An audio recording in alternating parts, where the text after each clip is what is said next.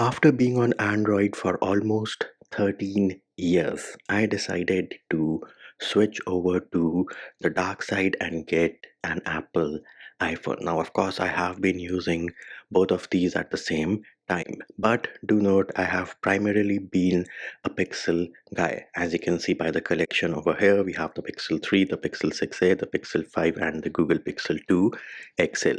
Now, of course, because I had been using Android for over 13 years, I am still of the opinion that there are a lot of things which Android does better than the Apple iPhone, and for the nerds out there, Android is definitely more user friendly. And of course, it is surprising to see that there are a bunch of things which in 2023 Apple iPhones still do not do. If you're interested in those videos about the experience of switching from iOS to Android and things which the iPhone 14 Pro cannot do in 2023, we do have separate videos for those which can be found in the description of this video. But you should also realize that not everything is good with the Pixel 7 over here, and there are a lot of things which the iPhone 14 Pro over here does better than the Google Pixel 7, and that is what we are going to cover in this video.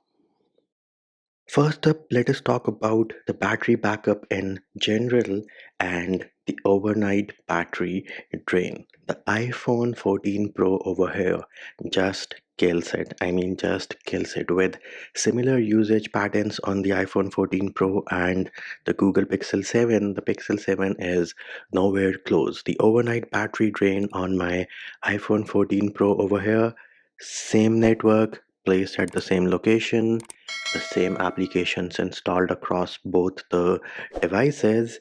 This one over here, the iPhone 14 Pro, I get like 1% overnight battery drain. Surprising bonkers.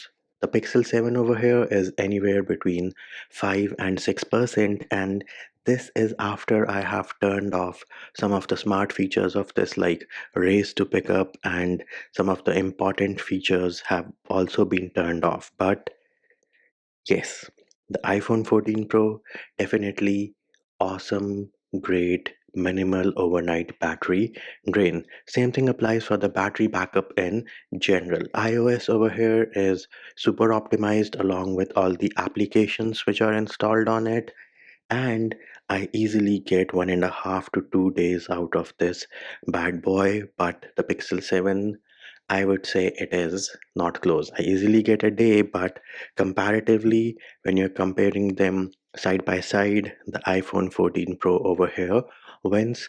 And I know a lot of you will be like, hey, this is the Pro model, but I think even if I had the iPhone 14, the experience would have been the same.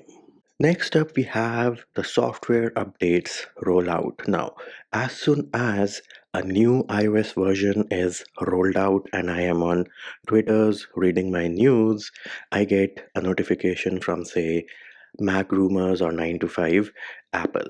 And as soon as I check my phone, the iPhone over here, I can download it right then. This one over here, the Pixel 7, is like atrocious.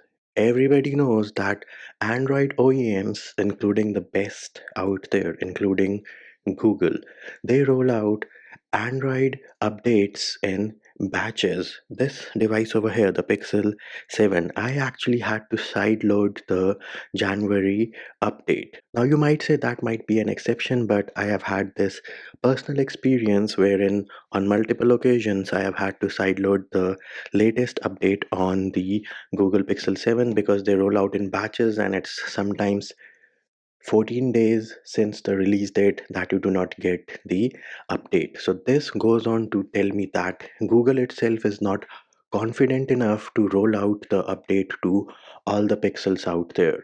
They're rolling out in batches so that they know if there are any issues which are present in the update, they can hold the update. That does not give me a feeling of confidence in their updates when I compare it to the updates from Apple for their iOS, which are rolled out to all the iPhones out there, bang at the same time. Now, while we're talking about software updates, for our next point, let us talk about the longevity of the device itself with respect to software updates. When Google came out with the Tensor chip, everybody was like, yeah, now we can get 5 years of OS updates. Hell no. You still cannot get 5 years of OS updates despite Google saying that this made by Google device runs a chip which is made by Google. Unfortunately, it is a Samsung Exynos chip which has been modified to Google's specs, but even after that, we are only promised 3 years of OS updates with the Pixel 7 series, and I think that is a total no, no. Super disappointing. This iPhone 14 Pro over here, I am pretty sure it will easily get at least 4 or 5 iOS version updates. So the longevity with your iPhones is any day better than your Pixel series because your value for money, right? You can use this device, be on the latest iOS, get the latest security patches for at least 5 years. With this one, if you want the latest Android version, you might have to switch it around after 3 years. So, in terms of longevity and software support, Apple is still better than Google. Continuing with the software topic now, once you roll out updates, in today's world, most people know that updates might have issues. What matters is how you are going to respond to those issues. Yes, too many devices out there, too many scenarios out there, bugs are bound to happen.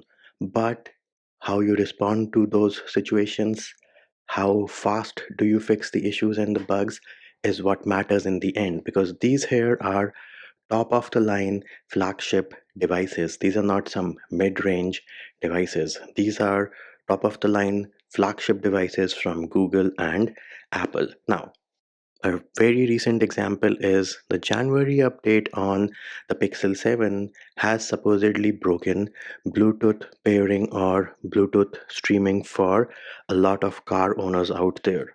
Did we ever hear any official response from Google about that? I don't think so. They have never responded. With the iPhone 14 series, there was an issue wherein those who would wake up their device after some time or when the device would start on the 14 Pro and the 14 Pro Max, you would get blue horizontal lines on the display. Did Apple come out with a statement? Hell yes. Apple came out with a statement saying that, hey, this is not a hardware issue, this is a software issue, we are going to fix it. So the key here is communication with your customer base, communication with your user base. With Apple, they are listening. With Google, it's like they have stuck their head inside a sandbox with their ears covered and they do not listen or respond or make any statements, which as a Pixel fanboy is super frustrating. Then let us talk about notifications. Now you would expect that Google made this Pixel 7. They made the operating system which is being run on it. They made the app which is Gmail, which comes baked into the Android devices. Notifications should work better for any email which I get. Hell no. On the iPhone 14 Pro over here, right? The Gmail app is not installed on it out of the box, which is all but obvious. You have to install it from the App Store.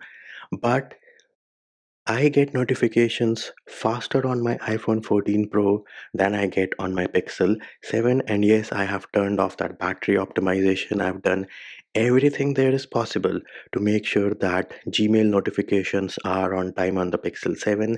Even then, they come faster and earlier on the iPhone 14 Pro, which is super duper surprising, but it is the truth. Next up, let us talk about face unlock. So after ages, Google decided to add face unlock to the Pixel 7 series. Now, is that face unlock top of the line flagship level? Hell No, this face unlock over here, you do not have any special sensors in this notch for face unlock. Google might tell you they're using some machine learning and artificial intelligence. I would say they are just fooling you because they do not have any special hardware, which means that this face unlock one does not work in the dark. Two, you cannot use it for your payment apps and stuff. So this is just for unlocking your device. Is it good to have? Yes. Is it top of the line? No, because the face unlock hardware over here on the 14 Pro, in fact, on any iPhone 14 series, the face unlock hardware, they are so confident that you can use it in the dark and you can also use it for payment applications. So again, top of the line hardware, but only on the iPhone 14 Pro, the Pixel 7, the Pixel 7 Pro with face unlock.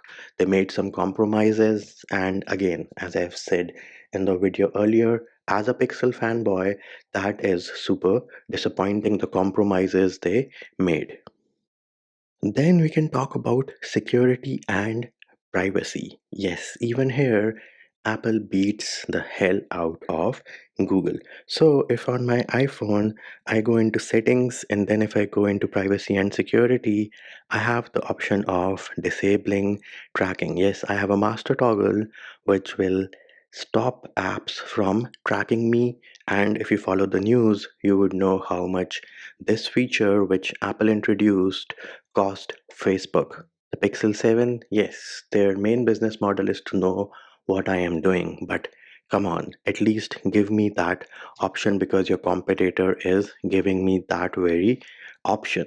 Next thing, if you followed the news last year, there was a pretty big thing about Pegasus. Pegasus would be like a 0-day no touch exploit. It exists both for iPhones and Androids, just that the iPhone 1 got more media coverage because, yes, the truth is, most people out there in North America are using iPhones. So, what did Apple do? Well, Apple came out with a new feature called lockdown mode. You can use this feature to lock down your device in case you feel that you are being tracked. So it is again present in privacy and security lockdown mode. Here it is. Feel free to pause and read. So this is how Apple responded. I think they also sued the people behind Pegasus. What did Google do? Nada. No statement, nothing, just take it as it is, which again, disappointing but true. Next up, let us talk about backing up your device with all the data, all the important data, the pictures, the videos, the messages, everything is on your phone, right? With the Apple iPhone over here, let us say I have to switch over from one iPhone to the other. I can back up my whole device, including the applications and application data, either on iCloud or on my computer using iTunes. And then all I have to do is either restore from iCloud on the new device or connect the new device and restore from my computer. And trust me when I tell you, all the apps, all the messages, everything will be there on the new device. In fact, all the applications which were open in the background when you took the backup, they will be the same on the other iPhone. Can I say that for the Pixel 7 over here? Hell no, I cannot say that is true for the Pixel 7 over here. In fact, when I switched from the Pixel 6 to the Pixel 7, I took a backup of the Pixel 6 on using their one backup tool or something, right? And then when I with the same account signed in on this Pixel 7, I did not get any of my data back. I did not get my messages, my call logs. Nothing came back. It was like a brand new device. I don't know what the hell happened, but all those things are pretty seamless on the iPhones. And our last reason where the iPhone is better than the Pixel is your resale value. If after a year you go and sell your iPhone which you bought last year, you will get great, awesome value for it in the market. Can that be said for the Pixel series? No.